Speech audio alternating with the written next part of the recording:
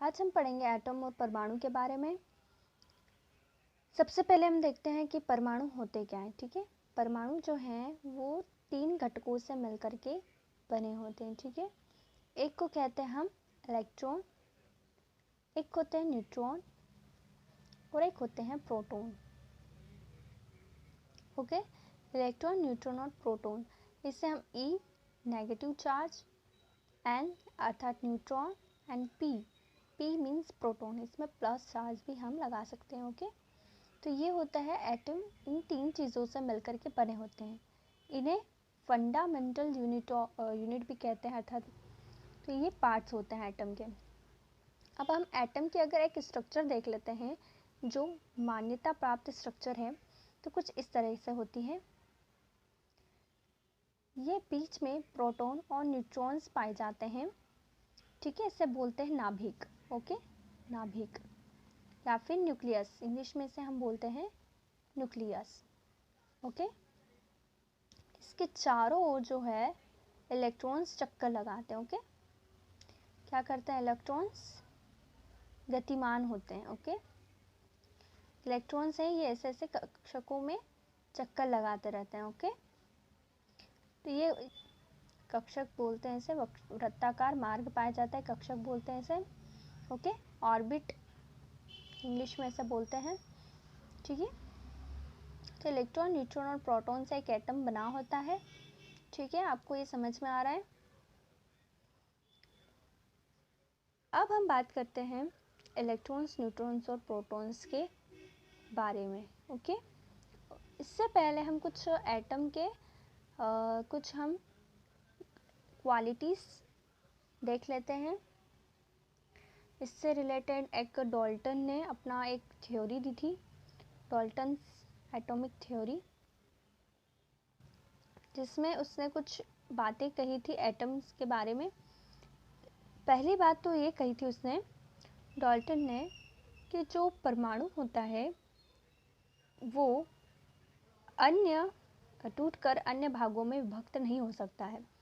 अर्थात न तो परमाणु का सृजन हो सकता है, न ही उसका विनाश हो सकता है, न ही इसे दूसरे रूप में बदला जा सकता है, अर्थात परिवर्तन भी नहीं होता है। ठीक है, ये सब चीज़ें नहीं होती हैं इनमें। ठीक है, एटॉम में। अब ये तत्व जो होते हैं वो एक ही प्रकार के परमाणु से मिलकर के बने होते हैं। ओके, और जो यौगिक होते हैं, ठीक है, यौगिक मैं आपको ऐसे ही बता देती हूँ। यौगिक जो होते हैं वो विभिन्न प्रकार के तत्वों से मिलकर के बने होते हैं ना।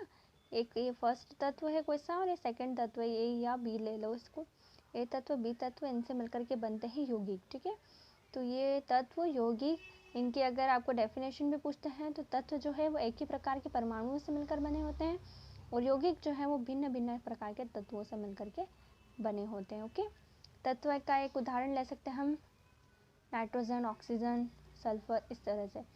और यौगिक में हम ले सकते हैं N2O, H2O, CO2, इस प्रकार की चीज़ें। ठीक है, ये डाल्टन में नहीं आती है यौगिक वाली चीज़, मैंने आपको ऐसे बता दी है।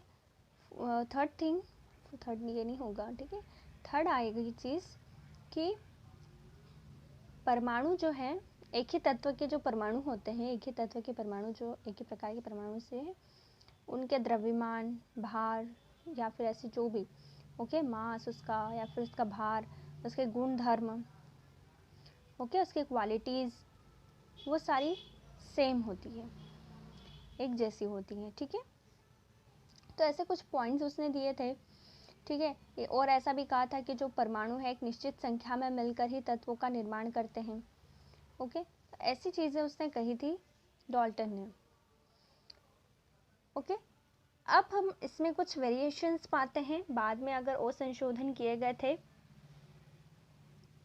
बाद में डाल्टन्स के परमाणु थ्योरी में और भी संशोधन किए गए थे, जिसमें उन्होंने कहा था थॉमसन, चैडविक, निल्स बोर, ऐसे अन्य वैज्ञानिक जो हैं, बाद में इन्होंने और डिस्कवरी करी और उन्होंने कुछ संशोधन इसमें भी किए। ठीक है, पहले तो इसने जो डाल्टन की एटॉमिक थ्योरी थी, इन्होंने कहा था कि एटम जो है वो अविभाज्य है, अर्थात उन्हें बांटा नहीं जा सकता है, परंतु बाद में जो है एटम्स को इन्होंने डिवाइड किया। ओके, एटम्स को इन्होंने डिवाइड किया है प्रोटॉन, न्यूट्रॉन और इलेक्ट्रॉन्स में। Okay, yes. फिर सेकेंड थिंग बताई थी, इसमें बताया था कि तत्व जो है एक ही प्रकार के परमाणुओं से मिलकर बने होते हैं और इन परमाणुओं का जो द्रव्यमान, गुणधर्म, ये सारी चीज़ें एक जैसी होती है। ठीक है, पर उन्होंने कुछ समस्थानिक तत्वों की भी खोज की, जिसमें क्या होता है, जो परमाणु होते हैं उनके द्रव्यमान एक जैसे नहीं होते हैं। ठीक है, एक ही तत्व के परमाणुओं के जो भार होते हैं वो एक जैसे नहीं होते हैं। जैसे कार्बन के समस्थानिक, ठीक है, C12 हमें जो है वो उनका उन परमाणु का द्रव्यमान अलग होता है, C13 होते हैं। ओके, तो ये समस्थानिक हो गए हैं। एक ही कार्बन क्या है, तत्व है, बट इसमें जो परमाणु का द्रव्यमान है वो डिफरेंट है। थर्ड होते हैं समभारिक।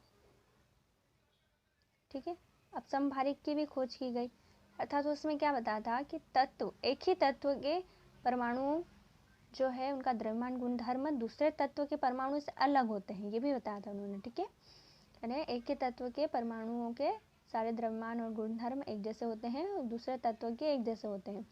उन दोनों तत्वों के एक जैसे नहीं हो सकते, परंतु कुछ तत्व ऐसे भी पाए गए जिनके जो परमाणु द्रव्यमान है वो एक जैसे भी हैं। ठीक है, तो उनको समभारिक कहा गया।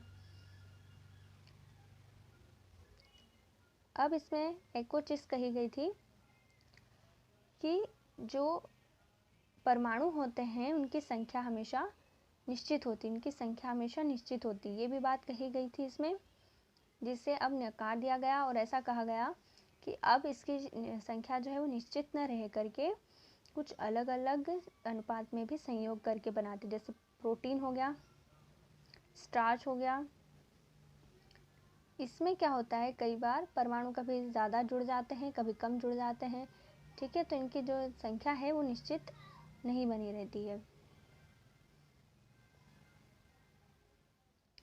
ओके, अब एक और पॉइंट है इसमें,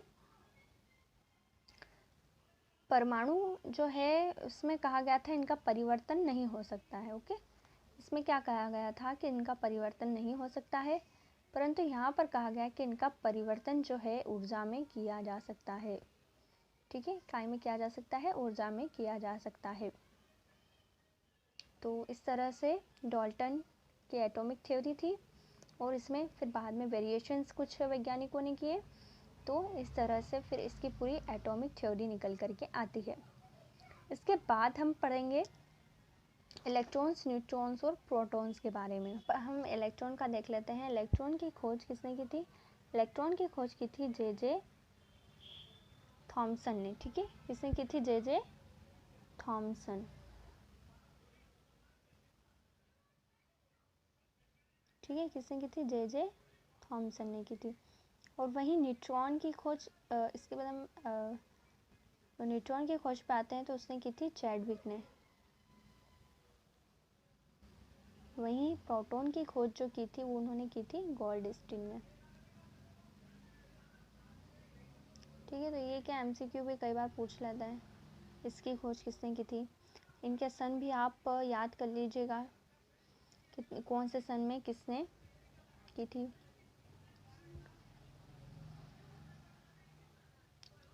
इसके बाद हम, ठीक है, आज का लेक्चर हमारा यहीं पर ओवर होता है, जिसमें हमने एटम और कुछ उसके स्ट्रक्चर्स के बारे में पढ़ा। ठीक है, स्ट्रक्चर्स के बारे में पढ़ा।